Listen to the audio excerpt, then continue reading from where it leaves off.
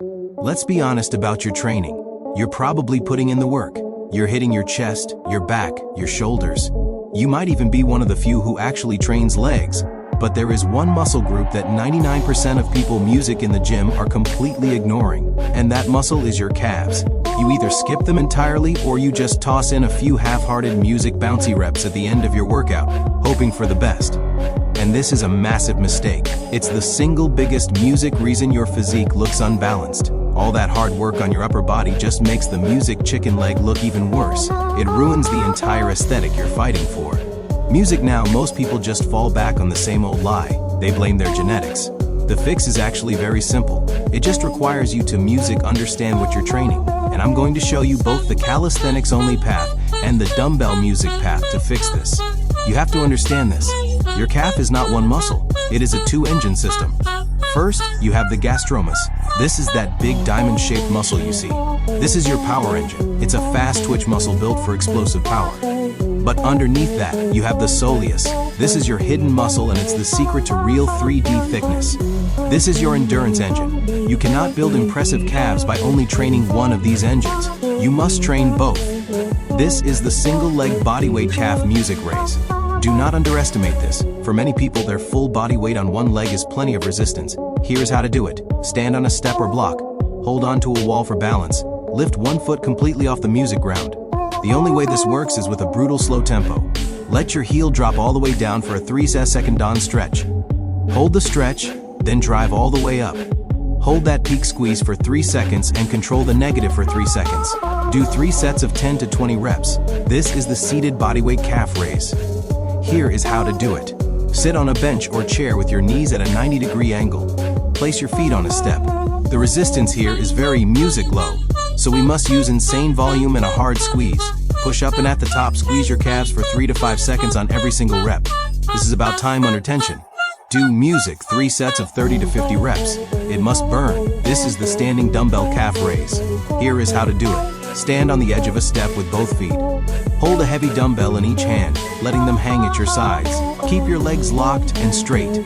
Music, because you are stable on 2 feet, you can go very heavy here. The rules of control are the same. Deep 2-second stretch, hard 2-second squeeze at the top. Do 3 sets of 10 to 15 heavy music-controlled reps. This is the standing bent knee dumbbell raise. This is how we isolate the soleus while holding the weight. Here is how to do it. Stand on the step holding your dumbbells. Now music, unlock your knees. Bend them slightly to about 15 to 20 degrees and hold that bent position. By keeping your knees bent, you've just turned off the gas. Now perform your calf raises. The range of motion will feel shorter and deeper in the calf. This isolates the sole. Do 3 sets of 20 to 30 reps. And that's it. It's not magic and it's not genetics, it's just physiology. Now you have 2 complete paths, calisthenics or dumbbell to fix your calves. Choose your path, stay consistent, and finally build the foundation your physique has been missing. Knowing this blueprint is the first step, but the real key to building a balanced physique is consistency and momentum. Don't stop here. I've linked another video on the screen. Click it. Keep learning and continue building your blueprint. But here's the part nobody ever tells you. Calves aren't just ignored because people are lazy. They're ignored because they're uncomfortable to train. They burn fast. They fatigue brutally. And worst of all, they don't give you that instant pump that chest or arms do. You don't walk out of the gym feeling proud. You walk out limping. That discomfort is exactly why most people avoid them.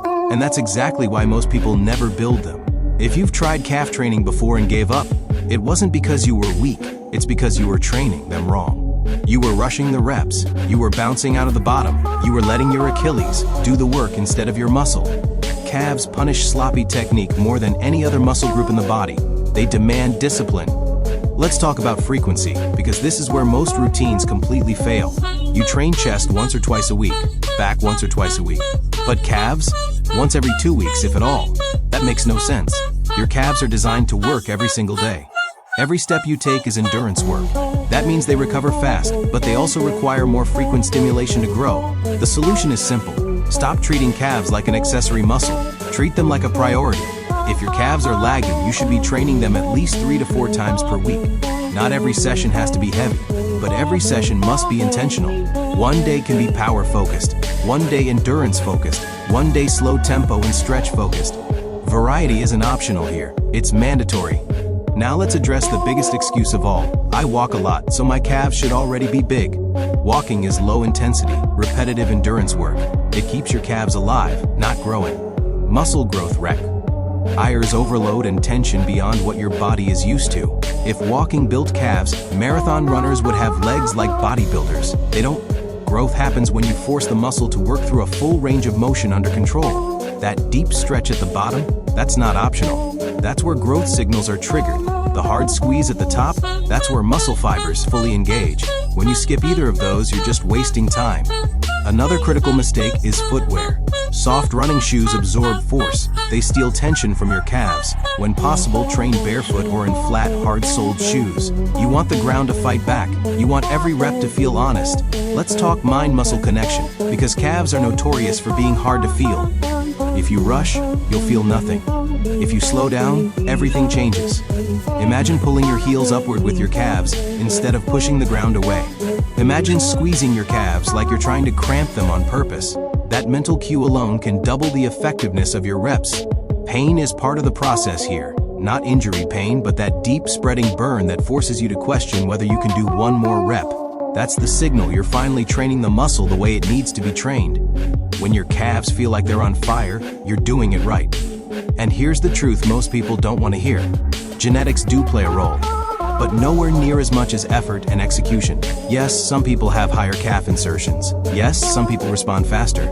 But almost nobody reaches their genetic limit because almost nobody trains calves hard enough, long enough, or consistently enough. If you commit to this for just 8 to 12 weeks, you will see changes. Your jeans will fit tighter at the bottom. Your legs will look thicker from the side. Your silhouette will finally match the upper body you worked so hard to build. And once calves start growing, they tend to keep growing, because now you understand how to train them. This isn't about adding a fancy exercise, it's about changing your mindset. Stop seeing calves as a weakness you hide. Start seeing them as a challenge you dominate. The same discipline that built your chest and back will build your calves. If you apply it correctly, you don't need machines. You don't need a gym membership. You need patience, control, and consistency. Choose your path, body weight or dumbbells, slow tempo, full range, high effort. Repeat it week after week. Do that, and in a few months, people won't be asking what arm workout you're on. They'll be asking how you finally built your calves. And once you start seeing progress, this becomes addictive. Every rep has purpose. Every set has intent. You stop counting reps just to get them over with, and you start owning every second of the movement. That's when your training shifts from random effort to calculated execution. Recovery matters too. Calves recover fast, but they still need respect. Stretch them after every session. Hold long, painful stretches for 30 to 60 seconds. This improves mobility, increases blood flow, and prepares the muscle for the next session. Ignoring recovery is how people stall progress and convince themselves nothing works. Nutrition plays its role as well. Calves are muscle. They don't grow on motivation alone. If you're under-eating or avoiding protein, you're sabotaging your own progress. You don't need a special diet, just enough fuel to support growth. Hydration is critical too. Dehydrated muscles cramp, fatigue early, and fail to perform at their best. Track your work. Write down reps, sets, and tempo. If you're doing the same workload every week, don't expect change. Progress means more reps, longer holds, slower negatives, or heavier weight. Something must improve. Most importantly, commit. Not for a week, not for motivation. Commit because you decided your physique deserves balance. Calves are the foundation of your lower body. Build them with intention, and everything above them looks better because of it. You already know what to do. Now it's about execution. Stop skipping, stop rushing, start building.